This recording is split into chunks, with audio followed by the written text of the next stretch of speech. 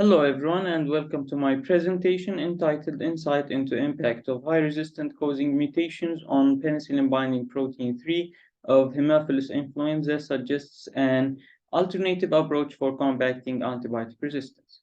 I'm Almotasem Belah Alhamwi from the Graduate School of Engineering and Natural Sciences, a senior master's student of Istanbul Medical University. The present research is supervised by Dr. Ozgi Shamsoy and Dr. Canan Atılgan. So let's start with our background. According to the WHO report that was recently published in 2022, resistant bacterial infection caused annually 4.95 million deaths.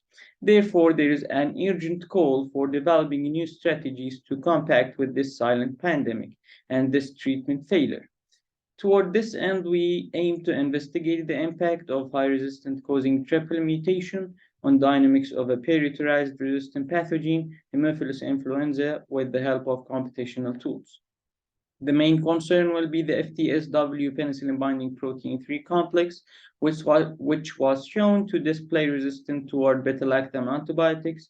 And as a side, we will have the ROD-APP2 complex from the Thermus thermophilus, which is another gram-negative pathogen, and it has another type of mutations which cause hyperactivation.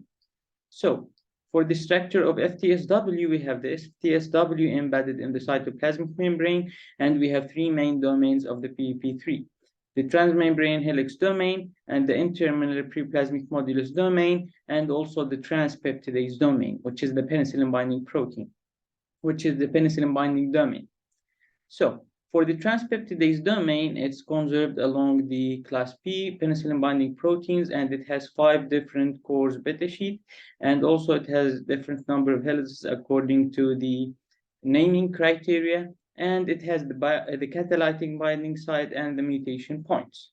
So for the method of the present work, we have started with the homology modeling due to the unavailability of the structures in the protein data bank, and then we have concern mainly the coarse-grained molecular dynamics simulation with the help of Martini Maker from Charm GUI and Martini force field, and we have used the time step as 25 seconds. Then we have visualized the trajectories with VMD, and we have converted some of the selected replicates to the all-atomistic representation for further analysis, and also we identify the residues that contributes more to the allostric network between the N-terminal preplasmic modulus domain and the transpeptidase domain.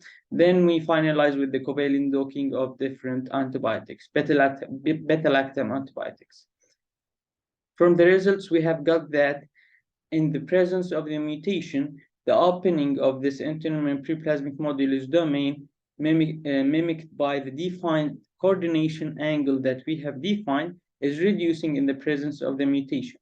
Also, the allostric contribution is increased in the presence of the mutation as shown in panel B and panel C, and the conformational changes that adopted by the transpeptidase domain is different between the wild type and the mutant. Preferably, the wild type is sampling this perpendicular conformation that we defined according to the cytoplasmic membrane, and the mutant is preferably as well sampling this parallel conformation. The exposure of the active site is different between the wild type and the mutant systems as well. As we can see here, there is an increasing of the exposure or more exposed catalytic site in the wild type system. And here we have defined one of the angles that is mimicking two conformation that was defined in one of the published papers, compact and extended conformation. And those two conformations are needed to the functionality of this complex. And we can see that the wild type sampled higher range comparing to the mutant in the complex case.